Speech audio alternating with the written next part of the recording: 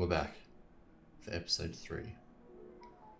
Last episode we found a coat, and we found Louise. She found us. And then we walked together north and crossed a river and talked about stuff. And it was all very, very personal and nice. Alright, let's continue.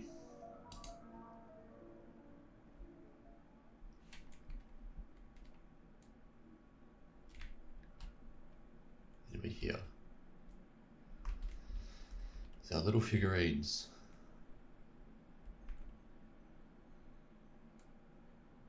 What is this? This is an optional encounter, but I feel like you really should do this if you're playing the game, because it's very important. Well, not very important, but adds a lot of context to a lot of stuff later on, so I'm going to do it.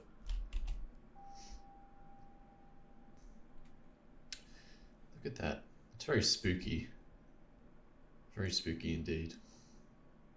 Reaching the top of a small hill, you look down and see a small shack. It sits alone all beside a gully. It's certainly seen better days. What do you think? Take a look or leave it be? Yeah, we're looking. It's getting dark. Maybe we can just wait the night out here. Well, you know what? I think that's a good idea. You and Louise walk down the slope toward the rundown shack. As you get closer, you realize the entire front wall is missing. Behind that, you see nothing else. The inside is bathed in darkness, and anything that hides within is a mystery. Pity I didn't bring a lantern. You want to go in first, see what's there? Yes, she has a gun. Or hell yes. Now she can go. Tell me if I'm wrong, but aren't you the one carrying the revolver? All I have to protect myself is these hands, and they aren't particularly useful. Just asking. I'll go in first. She walks up to the missing front wall, gun in hand, then climbs over the top of a wooden plank blocking the way. You watch from a distance, ready to run at a moment's notice. A moment passes, and you lose sight of her. Then, a voice. Don't move. She's talking to someone inside. I guess we're going to see. You drop your camera case on the ground and run toward the shack. Looking inside, you see nothing but black. Turn the lantern on so I can see your face. A light fills the room, and you see Louise standing over the top of someone, gun pointed. They're dressed in black. Black coat, black pants, black hat, black hair. You can't make out their face from behind their fringe. They're sitting on the ground, their back against the wall. Originally, when she turns on the lantern, I wanted there to be a light inside the shack. But it turns out making lights look good in this sort of colour scheme is very difficult, because you can't really have a brown light. Brown lights don't exist. Also, I've been told. So I just said, nah, stuff it, we'll just have it in darkness. And there's a lot of other instances where I could have added a light for like lanterns and stuff, but I tried doing it. It just looks awful. Oh yes, you remembered our name. Carl, come here. You step into the rundown shack and make your way over to Louise and the man in black. Get his gun. It's in the corner to your right. Look to your right and see the rifle leaning up against the wooden planks. Yeah, who is this? Is he dangerous? Oh, hello. You bet. If I were you, I'd do what she says. Don't give me any opportunities. Good old man in black and killer for hire, which kind of gives away his modus operandi, but it doesn't take long to find out. He's based on Caleb from Blood, from like that one piece of official art that exists of him. You know, the fringe and the hat. It's just a cool image. His voice is raspy and calm. Grab the rifle. Step over to the corner and pick the rifle up. Semi and cold to the touch. See engravings all across the butt. Squirrels and ways of decorum. Finger off the trigger, just loaded. You never had a rifle in your hand before. You hold it pointed to the ground, finger far from the trigger. Yeah, we're just a photographer. Guns are pretty popular in this continent, but not where we're from. Tell me your name.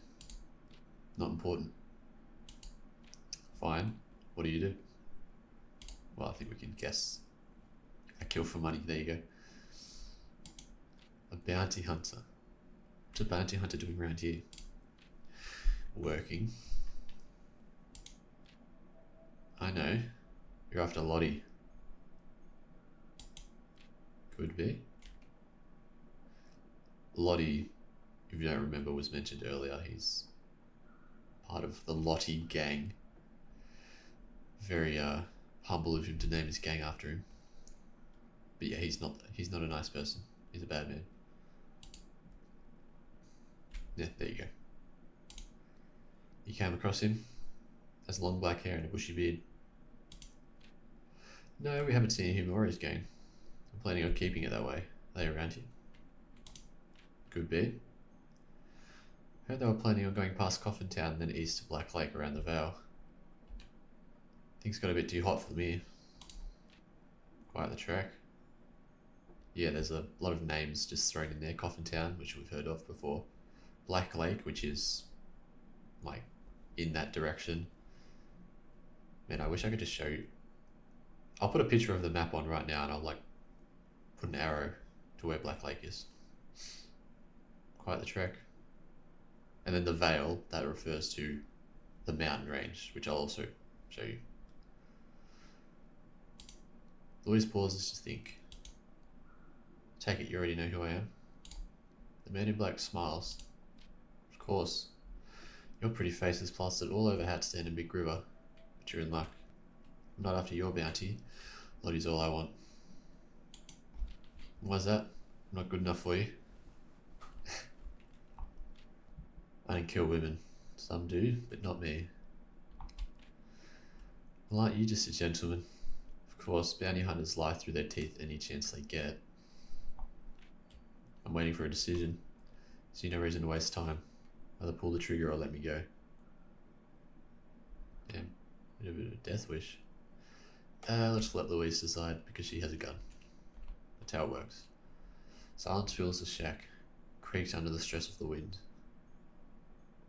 If I had the volume up right now, you would hear that, but just for the sake of hearing me, I've got the volume turned down. Oh, look at that, font size. I'll leave it on large. Leave before I change my mind. Oh, that's nice of her. She motions with her gun for the man in black to get up. Walks south, all the way back to the hole he crawled out of. I can do that. This dude's very cooperative. The man in black gets up, grabs his lantern, and then walks out of the shack. Louise follows closely behind, gun still pointed. Outside, the man in black stops and turns to you. Safe travels. If you're going to Coffin Town, I'm sure the sheriff will be glad to see you. He loves visitors. I'm sure that's sarcasm, judging by what we've heard of the sheriff earlier. It is sarcasm, because I wrote it. Louise waves her gun again. The man tips his hat, then turns around and walks south up the hill you came from. Louise keeps her eyes on him the whole way up, revolver at the ready. Finally, the man in black disappears over the ridge, and Louise relaxes. Good riddance. I'll be happy never seeing him again. Bounty hunters. What a way to make a living. Okay, they're not in it for the money. Well, I mean, I guess if they enjoy killing people, or they suck. We go for the bootlicker answer, the half bootlicker, or the maybe you understand them. Oh yeah, they suck. Yeah, they're not in it for the money. Bounty hunters don't kill for a living, they do it because they enjoy it. There's plenty of other professions out there that don't involve murder and earn a livable wage. I wonder what the economy is like in a continent like this. I doubt the employment rate's very high. I know. Place the rifle you're holding on the ground beside you. While watching the grass at your feet dancing in the breeze, the sound of running water grabs your attention. It's emanating from the gully beside the shack.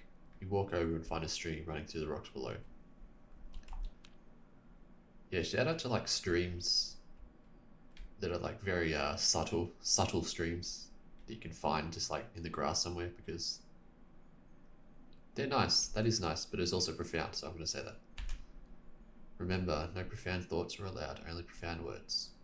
Oh, right, we did that last episode where we were staring at a stick next to the water and had an epiphany about profound things. Profound words don't materialize. You turn away from the gully and see Eloise standing still, staring at the ground. She seems lost in her thoughts. There's that crow again. Crow lands on the roof of the shack and caws. Louise sighs and takes a seat on the wood plank laying the grass. Don't you hate this? Do we hate everything, or what the hell is she talking about? Yeah, well, everything. Yeah, being alive is tough sometimes. Existence is a cruel fate. It's kind of profound. Not like that.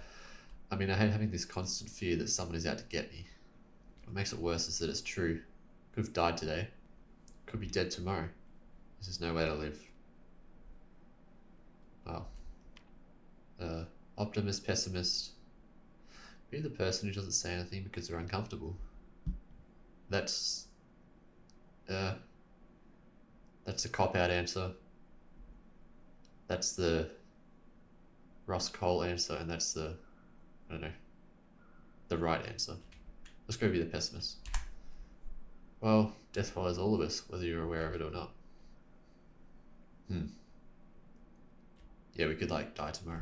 That's the moral of the story. I'd rather know I was going to die 50 years from now, rather than sometime this week. That's a good point. Wow, I just read my own mind. Oh, what does it matter? Talking about this won't do me any good. I appreciate you listening either way. That's alright, Louise. She gives you a brief smile, then turns around and looks at the ground. Hey, is that your camera case on the ground? Yes, it is. What else would it be? No need for the attitude. Say, when I was pointing that gun at you during our first meeting, were you in the middle of taking a photograph? No, we were just looking at that camera. No. Nope, not sure what you're talking about, Louise. What an odd thing to lie about. I saw you put the lens cap back on, so you must have been taking a photograph. Oh shit, she knows how cameras work. And that's like a funny comparison to Frida earlier, who had no idea how a camera worked, so... Do we call that character building? That would also mean you have a plate of me pointing a gun at you. Hardly an accurate depiction of my personality, wouldn't you say? Yeah, that's this photo. I mean, I'm biased because I think Louise is cool, but I'm having such a hard time playing my own game. Yeah, it was incorrect. I suppose you aren't as bad as the picture makes you out to be, although I need to develop it to be absolutely sure. I'd love to see how it turns out, if I make it that far. Take another photo? Or no, wait, one portrait was enough. I just want to do this because I want to see what happens. You're documenting history here, that's your job. Fine, I'll take another picture, or I write history. So I get to decide how it happens. I'm not taking a photograph. Wow, that's the evil answer. That's like, yeah, don't pick that answer. I'm taking another picture. I have a crazy idea. How about I take another photograph of you? One that shows your true personality. That's not a crazy idea, that's excellent. This time we'll do it without the revolver. And now we set our camera up. You walk over to where your case sits and unclip the fastenings. Louise watches with excitement. Yeah, taking a photo during these times must have been like the most hype thing ever because, well, I guess The answer is obvious. Cameras were new. Over there, I'll lean against the shack. Make it look casual. Carry your tripod and camera over to the shack and set them up. Louise shuffles back and forth, finding the perfect spot to pose, and stops. Alright, how do I look? Well, this depends on who you are. We like trauma bonding right now, so maybe we shouldn't go too hard on that. Now, exquisite. Great. Don't move. You slide the dry plate into the back of the camera, then give Louise a thumbs up. She nails and holds her breath. Take the lens cap off. The camera sits before you expectantly. You pull the cap off and wait. 10 seconds pass, then you place the cap back onto the lens. Yeah, the way these cameras work is like the plate sits, and then when you take the lens cap off, the light pours into the camera and like creates an image on that plate. I probably could have explained this in the first episode, but we chose the short answer, so I didn't explain that. But yes, you don't press a button to take pictures, you take the lens cap off. Done. You can breathe now, all finished.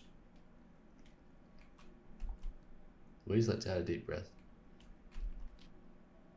Thanks, he's hoping you get to see it one day.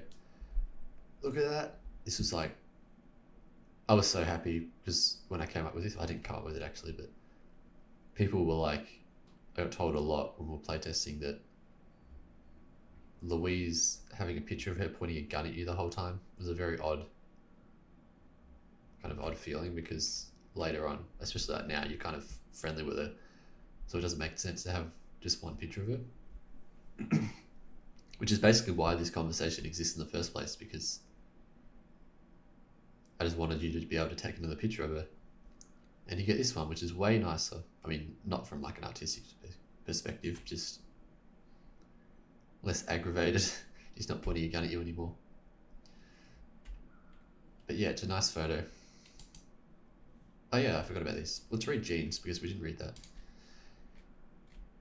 Here is a man who does not appreciate a good conversation.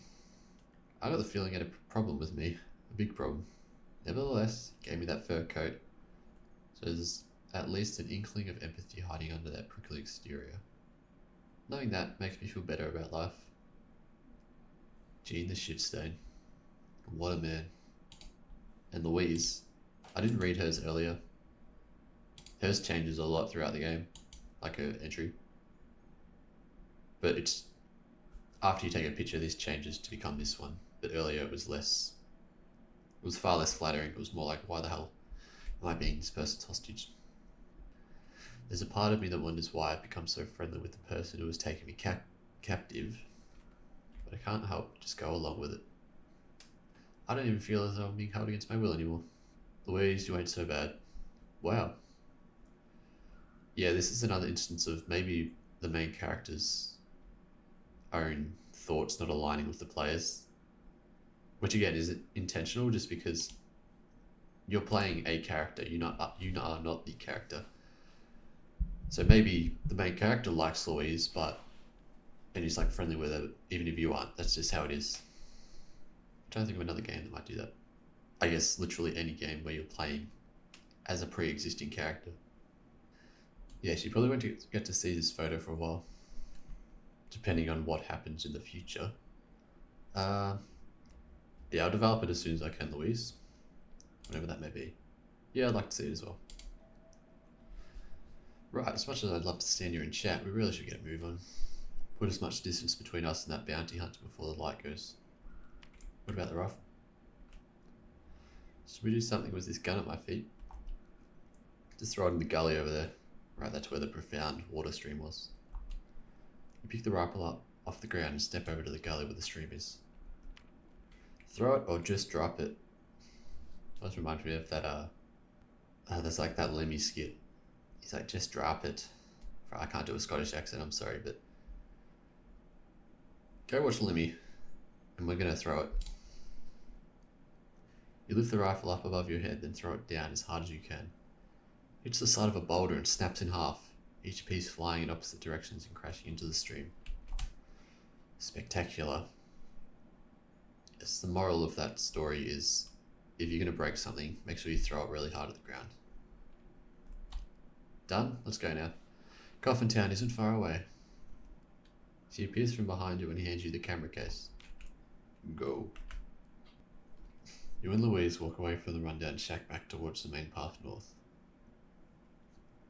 The crow that was sitting on the roof flaps its wings and floats up into the wind and disappears into the cloud.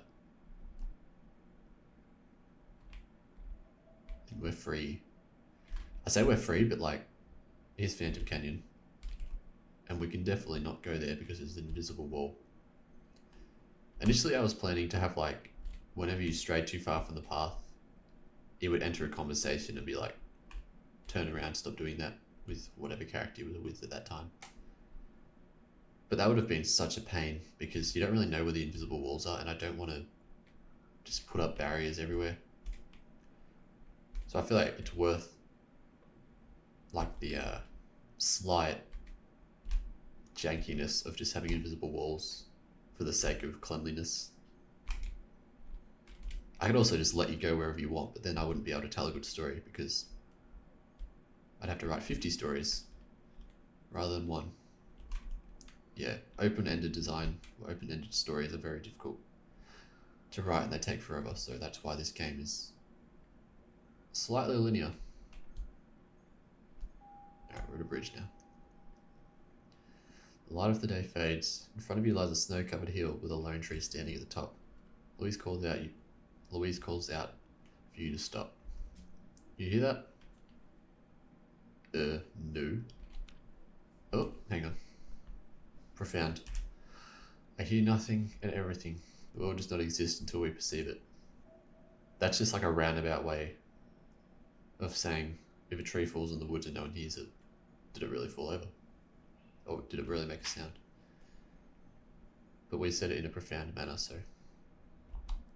yeah, okay. That doesn't really answer my question. Yeah, Louise is a very practical person. She doesn't give a shit about your, like, philosophical ramblings. Your pseudo-philosophical ramblings. One day you'll say something profound.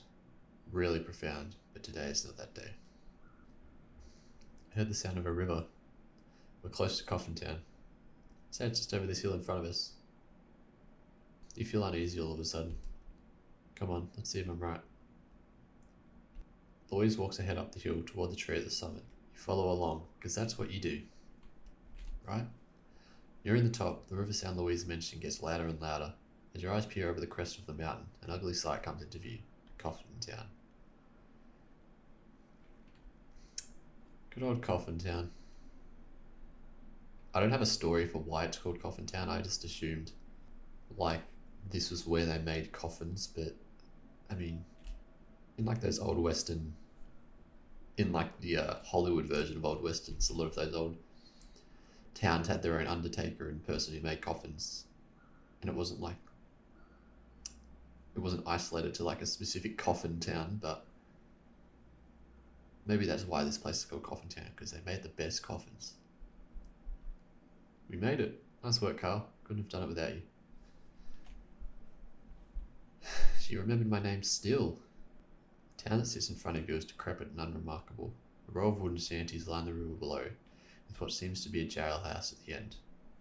That's what we're talking about. Smoke rises from a few of the chimneys. Further upstream is a railway station. The line ends here. There's a rickety bridge just before that, where the path you've been following leads.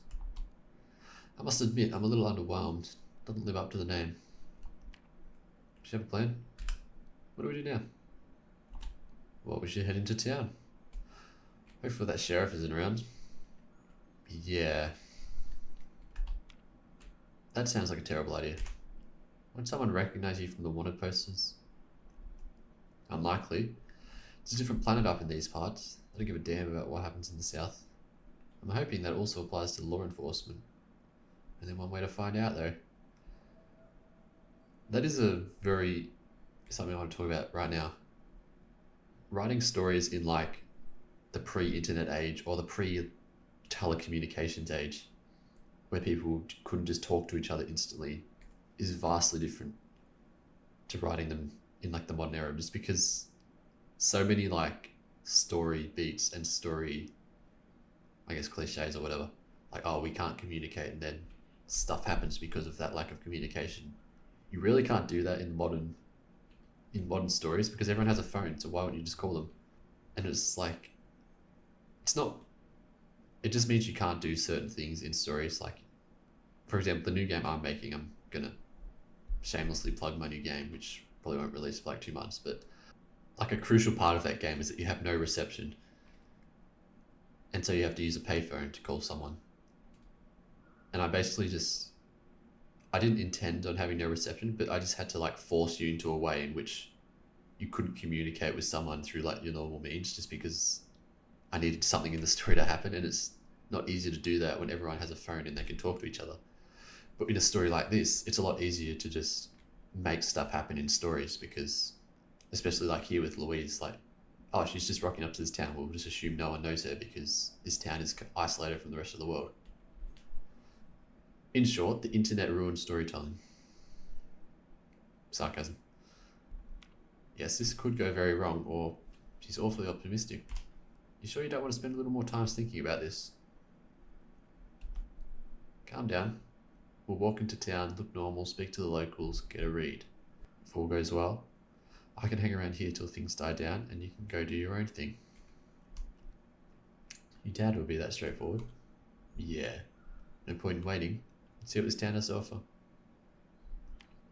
Before I go, I want to read this dude's thing. Could not make heads or tails of this man. He hid his eyes under the brim of his hat and spoke as though he knew something we didn't. It's a relief Louise was there to wave a gun at him, because I don't doubt for a second he'd have murdered us in an instant if given the chance. Yeah, this was one of the last characters added to the game. He shows up like a third of the way through, but he was the last character to get made. But he's a pretty easy character. I mean, he's like a guy who has a gun and is evil, and he has hardly any lines, so it's not a big deal. Yeah, back to the game. Has Louise changed? No. Jean. Frida. Yeah, Frida's changed from the last time we read it. If not for Frida, I probably would have frozen to death out in the wilds. She managed to convince old Jean to give me a coat, and I'll be forever grateful. I should also add that Jean can go fuck himself, respectfully. So true. Alright, back to the game. Go. You head down the hill. The path is covered in ice, making it hard to keep your footing. Some time passes before the path reaches flat ground. At this point, it turns right to avoid the river and directs you toward the bridge across. There isn't anyone around. I'm trying to think. There's actually not that many. There is probably plenty of westerns, but of the ones I've watched, most westerns take place in like very dry climates. I'm thinking like Unforgiven, that has snow in it. But the reason I said it in such a cold climate was one, because it's different. Most people don't associate westerns with snow. But also for the film McCabe and Mrs. Miller, which is like the best western ever. That's set in the snow, and that has like really good costumes in that film. And like the huge coats they wear, that was like I don't know, I just enjoyed that aspect of the film, among other things. And so a lot of characters in this game wear huge coats, like Frida. Huge coat. Huge coat. I don't know what that is, but you know, it's cold. The point is it's cold, and I like the film for like really leaning into that cold aspect of it. I guess Red Dead Redemption 2 kind of does that. Yeah, shout out to Red Dead Redemption 2, because that was really useful for a lot of references to like assets, not so much the Western stuff and like story, just more, oh, I wonder what this old Western thing looks like. So I would literally open up Red Dead Redemption 2, go look for it, and like, oh, okay. Because Rockstar's artists have already done all the referencing for me, so I just need to go and see what they did and then change it up a bit. So thank you, Red Dead Redemption 2, you were very useful. At the base of the bridge, you stand and wait for Louise. She's singing a song to herself, one you don't recognize. We assess the bridge in front of us. It's looking very old and shit. Let's just get a new one. Only cowards waste their time assessing structural integrity of bridges. You step forward. Yeah, just Don't listen to that. That's a bad idea. If you see a bridge that looks old and dangerous, take the time to assess the structural integrity. The wood planks beneath your feet bend and creak, but do not break. That's good. Any bodies in the river? Right, they called it the river Styx because bodies float down it sometimes. You stop to peer over the wooden railing. There isn't anything to see except your own face staring back at you. The river is eerily still, its flow a mystery. If there are any bodies, they're hiding deep beneath the surface. I'm going to go on a tangent again. That Tom Scott video he did on the Strid, it's like this really narrow body of water in between some rocks in like somewhere in England. That like was a very scary concept to me of like this really still body of water. But if you fall in, you literally like fall down to the bottom like a stone because of like it's really like the bubbles beneath make it really, and they make it less dense, so you basically just fall like a rock. And I like the idea of like a really still river, which it doesn't have to be like the Strid, but it's kind of spooky, a still river where you can't really see what's beneath the surface. Whereas a running river, you're like, oh, okay, it's just a running river, whatever. And that just adds to the spook factor of Coffin Town, I think, that there's a river that doesn't flow. In saying that, like the Yarra River in Melbourne doesn't flow, it's just like a shit brown all the year. That's another reason to be scared of rivers, if they're brown. I'm not actually sure if bodies float. Do you know? You seem like you know those sorts of things. Why would you think we know that? Or, yeah, pretend we know the answer because we're a habitual liar. Think hard about your response. This is important. Or maybe it is. There's no way they float. They're too heavy. Surely they float. It's cinematic, right? I mean, cinema didn't actually exist in this time period, but I just couldn't resist putting it's cinematic there, so I just said stuff that who cares. We could do a bit of historical inaccuracy for the sake of a joke. Yeah, bodies floating is like the ultimate cinematic image. If they didn't float, you wouldn't have like, oh, what's a scene where people float? Fuck. Like Aragorn would have died if he didn't float. Who else would have died if they didn't float? Ah, whatever. They float. How do you know that? You haven't even seen the dead body before. Why must you lie, photo man? Lie, or come clean? Lie. I used to be an undertaker. Yeah. Louise doesn't reply. She's focused on something in the distance. You see a man on a black horse approaching. By the time you've reached the other side of the bridge, the man on the horse is standing in front of you. He has a silver star on his left shoulder. Uh-oh. It's the sheriff. You lost? And enter stage left, the big bad of the game. I probably gave it away too early then, but oh well. I think his subtitle gives it away, the devil. But there isn't meant to be any I want you to think, oh, this guy sucks from the get-go. Because he does. Louise pulls up beside you. The sheriff doesn't get off his horse. He notices a gold-plated revolver on his hip. Wow. Should we answer or should we let Louise answer? Let's let Louise answer. She has a gun. Who's asking? Sheriff Springfield. But you already knew that. Now answer the question. My imagining of Sheriff Springfield's voice is like really raspy and disgusting. Like somebody smoked way too much. But I can't do that. Because I have not smoked way too much. We're just visitors. My husband here is a photographer, so we're travelling across the continent taking pictures of people and places. Coffin Town was the next stop on our list. Congratulations on the marriage, yeah. You wouldn't mind if we stayed in town a while and spoke to some of the locals? Louise, what are you doing? The sheriff stares at Louise for some time, not saying a word. Louise stares right back. You're a brave one. What about you, picture man? You as brave as your wife here. Good old picture man. We got called photo man earlier, but it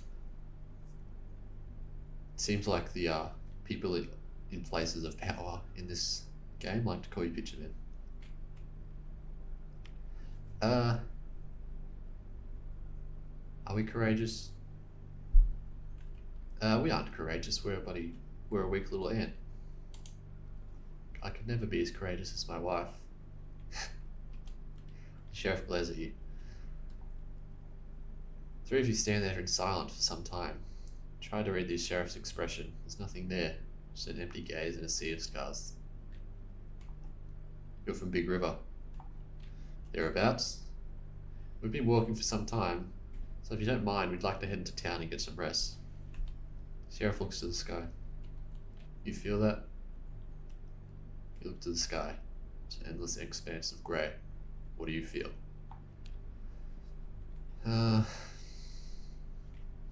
Wow, where's the happy answer here? This is very one-dimensional. I feel nothing at all, even though I'm lying. There's a tension in the wind.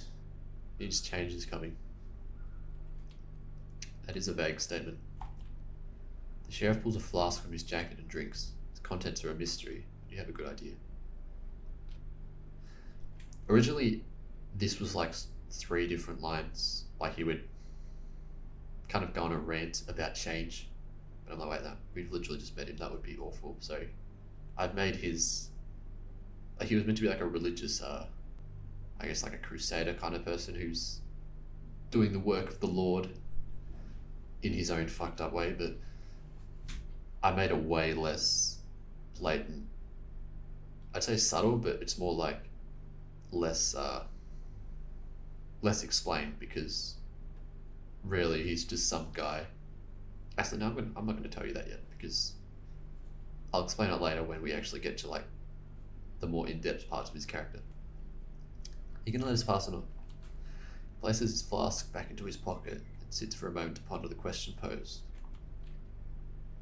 You're a degenerate liar. You can see it in your eyes and in your soul. You've done something bad. Bad people ain't welcome. This one here, I can see it in your eyes and in your soul. I'll just be straight up and say that's like a true detective. Well, it's not a true detective line, but it's a line that could be in True Detective, or the first season at least.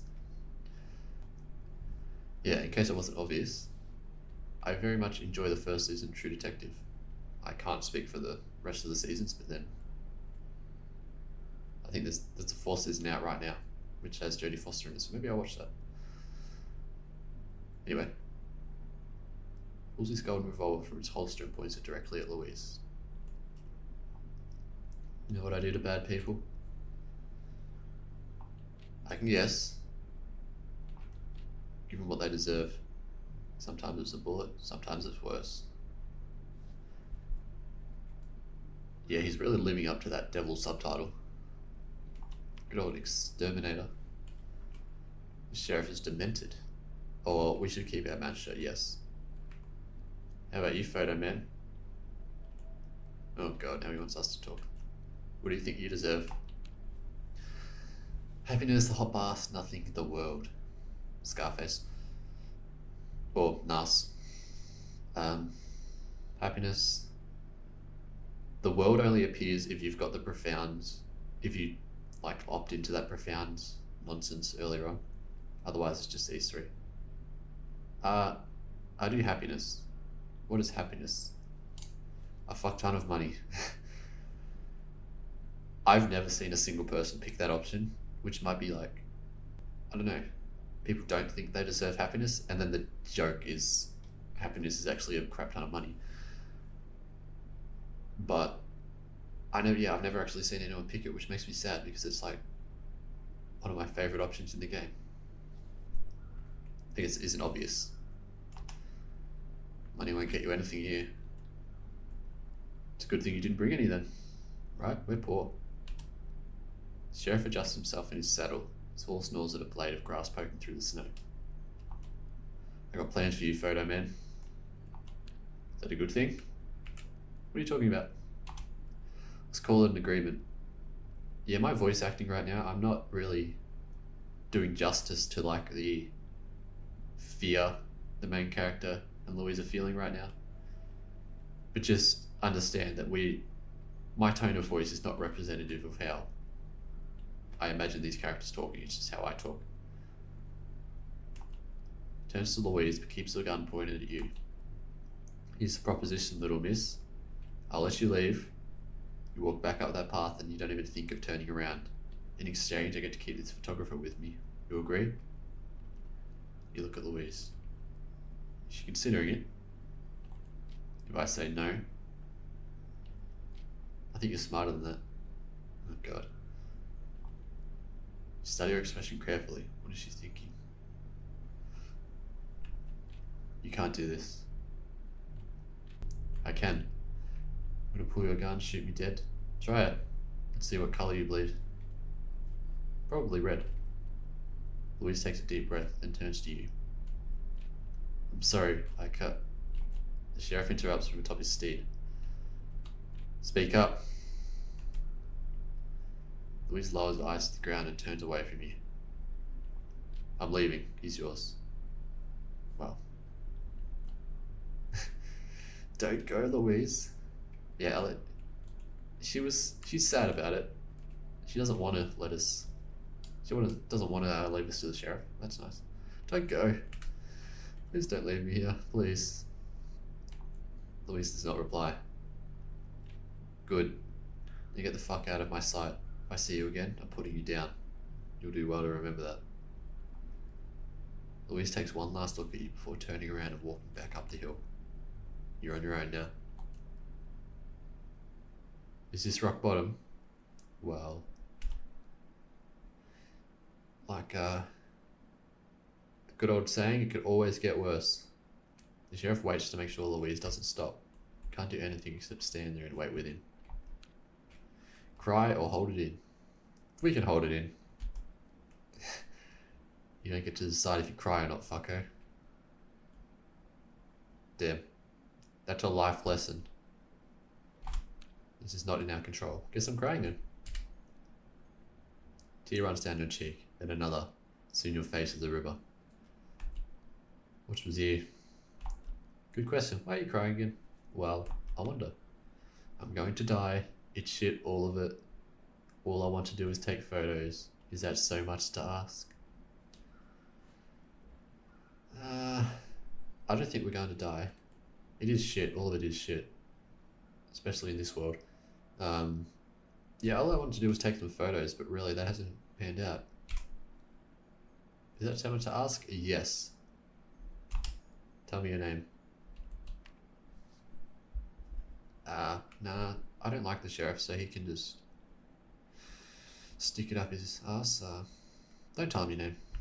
No. Doesn't matter. You're mine now. I'll call you what I want. Is this how you imagine your adventure turning out? Pretty much. Thought people might be a little more friendly. I was hoping there'd be more cowboys. Yeah, where are the cowboys? Maybe they'll froze to death. That's another thing from McCabe and Mrs. Miller. That film, there is no cowboys. There is cowboys in that film, or like, I guess outlaws. But they're like, most of the film just follows like this dude trying to make money and his lady friend, if you could call it that. And then when the cowboys do show up, they're like the most evil characters in the film, and it's like, oh my god, these people suck. And I feel like that's a fun way of twisting the Western genre around. Because typically, like cowboys, you're like, oh my god, these people are epic and cool, and I want to see these people. Especially like Unforgiven. I'm going to mention Unforgiven again. That film is like self-aware, but like Clint Eastwood, when he goes and kills all those people, you're like, oh yeah, this is awesome. Even if you understand it's bad. But in McCabe and Mrs. Miller, you see the cowboys and the outlaws for like what they actually are, which is basically murderous psychopath. Anyway, I like that. I like a Western that isn't just another Western. Follow me, we're going into town. Points toward a building downstream. Looks like the jailhouse. That's where we're headed. I don't much feel like dragging you, so you can just walk. Try anything stupid, I'll end you. There ain't no way out. Don't think for a moment there is. The instructions are very clear. Let's go. He turns his horse around and waits for you to move. Go. Oh, visual glitch. You didn't see that. You step off the bridge onto the path, then turn left toward Coffintown. It's begun to snow. Part 2, The Great Annihilator. Good album. Go listen to The Great Annihilator by Swans. If you've never listened to Swans, yeah, it's kind of a hard album to get into. Most of the music is very difficult to get into because a lot of their songs are like 15, sometimes 30 minutes long. But if you're very patient, it's worth it. Alright. Let's go do this conversation now. This will be the last one. Actually, no, let's read the sheriff thing first. I keep forgetting about this. Even I forget about it, and I spend a lot of time implementing it. But I don't think I've seen a single player actually use it. Because it's just like the little button that's up there during the conversations, or you can press escape and look at it. But it's an underrated feature. It was 3 Louises because it changes after that. Just as we were starting to get along, it's over. Can't really blame Louise for what she did. Anything goes when you're trying to stay alive. Well, that's very understanding of us. What about the sheriff? I did not know true fear till this man appeared before me. He looked into my eyes and knew exactly what I was and what I wasn't. He's kept his plans for me unknown, but I doubt I'll live long enough for that to be of any concern. I wonder what people will think when they come across my body swinging from a tree branch. This is the part of the story where our main character starts getting a bit resigned to his fate. He's kind of given up on the adventure, as it were. He's just accepting the, guess it all sucks now. Alright, we're going to the jailhouse. Shout out to these figurines that you can clip through, because I couldn't think of a way to like stop them from blocking you in corners. So I just made their colliders really small, which means you can clip through them, but oh well worth it to have cool figurines. Anyway, back to the game. Jailhouse. You wasted no time heading to the jailhouse. The sheriff jumps off his horse and ties it to a wooden post out front. You aren't sure what you're supposed to be doing, so you just stand and wait. The sheriff grabs your wrist and yanks you toward the front door. You lose your footing and enter a state between falling and fallen that cannot be described. Stand up. I said I wasn't going to drag you. Go limp or compose? Compose. You slip and slide in the mud for a moment before getting it together. The sheriff grunts and continues pulling you toward the front door. In. Motions towards the door in front of you. In you go. You push through the door and enter a wide open room.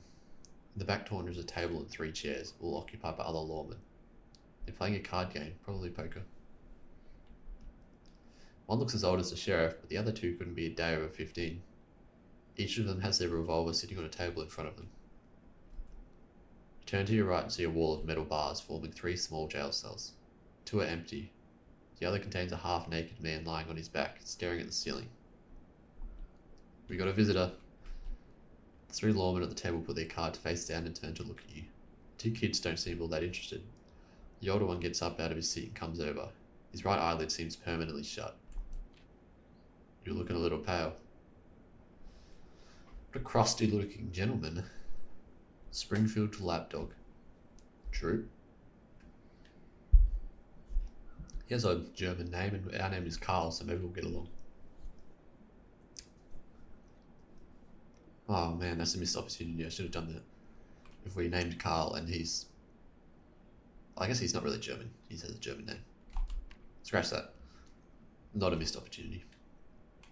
Yeah, why am I pale? I haven't seen the sun in weeks. Yeah, the sun doesn't come out here, or... This guy has awful breath. We haven't seen the sun. Yeah, the weather hasn't been great. Never is. As he speaks, he leans in so that your faces are almost touching.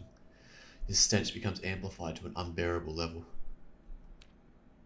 Should we hold our breath or should we just headbutt this fucker? Headbutt him. We don't care anymore. We've given up on trying to stay alive. We're just doing the most damage now. Pull your head back and throw it forward as hard as you can. The man yelps in pain and reels back, his forearm held up to his nose. Blood trickles down his chin and neck. You stand there wallowing in your victory. Then the adrenaline wears off and a splitting pain burrows itself inside your forehead. Yeah, I imagine headbutting people is like maybe the most... I guess if you got to headbutt someone, you got to headbutt someone, but it's going to hurt a lot. It's like headbutting a brick wall because people's heads are like, yeah, bowling balls basically. Shit. He collects himself, then raises a fist, ready to return the favor. Don't. I need him uninjured. Ugh. The man hears the sheriff speak and immediately backs down. The two teenagers in the back are laughing. Shut your fucking mouths. He returns to the back table without another word. The sheriff doesn't look amused. Give me the key, Weber. Or Weber.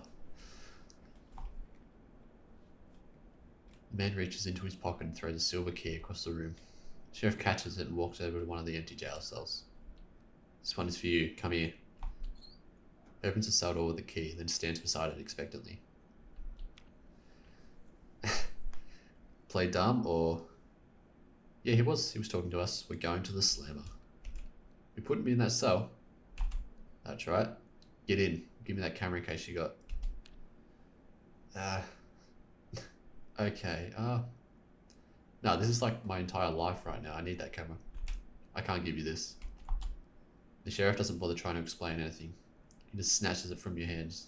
You stand there looking like an idiot. Which in this case is important. Remember that. After saying this, he grabs you by the shoulder and throws you into the cell, then slams the door shut behind you. We'll be talking soon. He turns around and walks off into one of the side rooms. The three other lawmen follow him in, leaving you alone in your cell. You've officially made it to jail. Looking around your cell reveals there is nothing to see beyond the wood planks beneath your feet. The next cell over houses the half-naked man. In all the commotion, he hasn't moved an inch. He just lays there on his back, staring at the ceiling. This is actually quite a big choice. It's not obvious, but I'm going to choose the less dialogue option because this is a long episode and I don't want to reveal all of the... I don't want to reveal every aspect of the game. So I'll get his attention, but if you choose to leave him alone, a pretty long, sort of long, you get a lot of extra dialogue. Let's get his attention.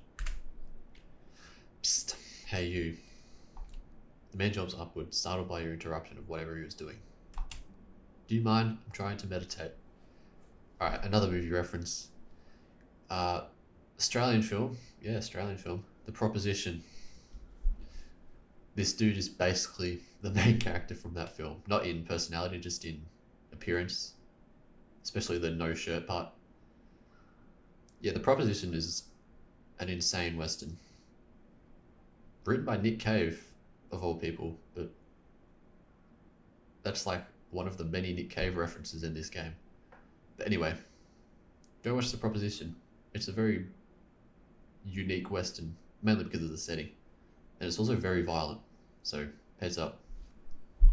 Do you mind? I'm trying to meditate. He doesn't look too pleased. Doesn't matter. My concentration is gone. Who is this man? What's your name? Jones. Sam's jailbird. Introduce yourself and where is his clothes? Let's just ignore that. I'm Carl. Nice to meet a fellow convict. Yeah, we've really embraced the convict life, haven't we? You're not from around here, are you? Yeah, what do? I'm from a faraway place. Got off a boat at Cascade down south and planned on taking some photographs all around the continent. That didn't quite eventuate, as you can see. I originally, slightly like halfway through development, the main character was from a place and he named it. I think it was called like Faulkner or something. It was basically just the UK. But I got rid of that because I'm like, it might confuse people if I start throwing out names because they'll assume it's like from a real place in the real world, and I don't have enough time to like world build to the point where I can start building up like continents outside of this. So I just said, he's from a faraway place. Plus, it's not really that important. You're just some guy. The world you're on is more important. You came here alone? Good lord. Sort of. Yeah, we'll tell him about Louise. Initially I was alone, and then I ran into a woman with a gun. Louise was her name. I became a prisoner of sorts, and she dragged me all the way up here. He's gone now, though. Yeah, we're very sad about that. You enjoy being a prisoner or something? Right, we were Louise's prisoner, and now we're the sheriff's prisoner. And now we're in an actual prison as well. No, we're just unlucky. I'd call it a run of bad luck. Is it an 18-carat run of bad luck? Is that what Benny says? Whatever you say. He's a doubter. You got anything else you want to say? Yeah, how long has he been here? Have you been here long? Long enough to stop counting the days. I'm not here all the time though. The sheriff likes to take me out for walks when he feels like it. It's very demoralizing. Walks? Now what did you do? I want to know what he did. What did you do to end up here? Nothing. Just in the wrong place at the wrong time. Probably the same thing for you, I bet. Yeah. That's right. Yeah, I didn't do anything either. I try not to be too mad about it. Till I get it gone. I'm not wasting my time on anger. You look into his eyes. He's lying. Anger is all you see. His calm persona is nothing but a ruse. You want the sheriff dead. He looks around to make sure nobody's in the room. It's important to have a goal. When you have that, you can outlast anything. Truth be told, I'd have killed myself by now if I wasn't so hell-bent on seeing that man dead.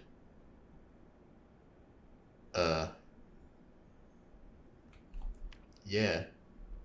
Hardcore? No, not really. You feel the same way? No, we don't. Yeah, I don't think living your life exclusively to see someone else dead is the way to go. You think existing in this state is really worth it? Answering that will take some serious contemplation. Contemplation which I don't feel like doing right now.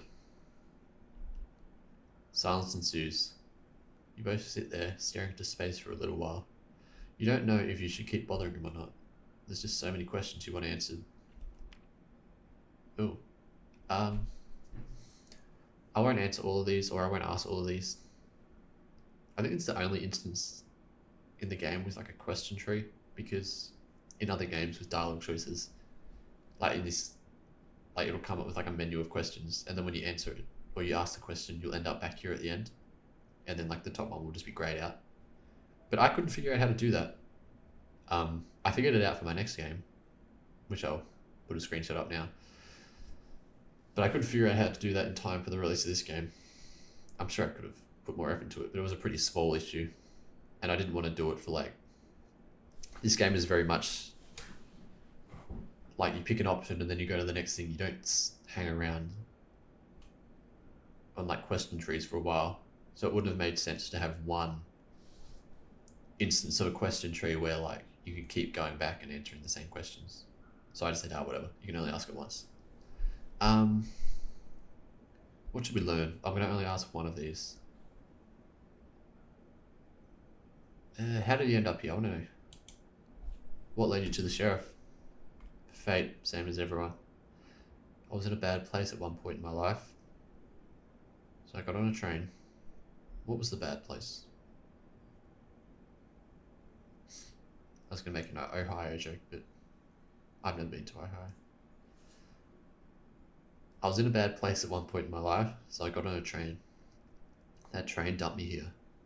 The moment I stepped onto the platform, the sheriff was standing before me waiting. It was like he knew I was coming. That seems familiar. Yeah, right? The sheriff just appeared in front of us when we showed up to Coffintown. Now I'm here. At the beginning I couldn't understand what I did, or what the sheriff wanted with me, but I think I get it now. What do you mean? Spoke about it briefly with me. I'm his witness, or something along those lines. So I'm going to tell the world what he was, what he did. It's hard to wrap your head around. He made a lot more sense earlier on. Not so much now. A deep breath. Some part of me isn't even certain he can be killed. That's why I need to end him myself and find out. Yeah, there's a very slight hint of there's a very slight hint of supernatural in this game. Like, the way the sheriff kind of just exists as this, like, unstoppable force. Like, it seemed like he knew we were coming. And for the same for this dude. But it's very implicit. And it's like, it's difficult to put into words what I'm talking about, but yeah, there is a hint of supernatural in this game. And like, very, very slight mystical elements that don't quite make sense in the real world. Yeah, it's unlikely. I think he can be killed. I'm sure he's meat just like the rest of us. What? I'm really not sure why you use meat in that instance. It's a very funny way of putting it. Yeah, probably. Alright, stop the questioning. Alright, I've learned enough for now. Happy to talk to someone who isn't completely insane. Now we're crazy. And that is where your communication ceases. You turn back to face the cell door looking for something. You don't know what. A way out. A light at the end of this tunnel of despair. Day turns to night, and darkness creeps into your jail cell. Any hint of warmth in the world has abandoned you. I don't know why I get surprised when this writing shows up, because I wrote it, and I wrote it very intentionally. Whenever I read it, I'm like, damn, that's depressing. I think the writing me, like I'm in like a writing mood, I'm a very different person to when I'm reading it. But I guess that's probably the case for a lot of people. You drift off into a fitful sleep. Your dreams are of home, cobblestone streets, the drone of the factories, their never-ending sprawl of brick chimneys. You wonder why such mundane things become so potent in our memories. Yeah, we're from Birmingham. The squeal of the cell door opening lifts you from your slumber. Your eyes are open to the sight of the sheriff standing over you. But imagine how awful that would be. You wake up, and that dude is standing up above you. Come on, we're going for a walk, you and me.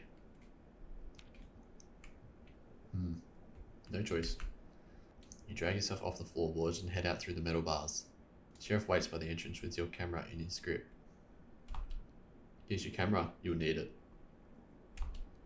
He hands it to you as you walk through the front door of the jailhouse.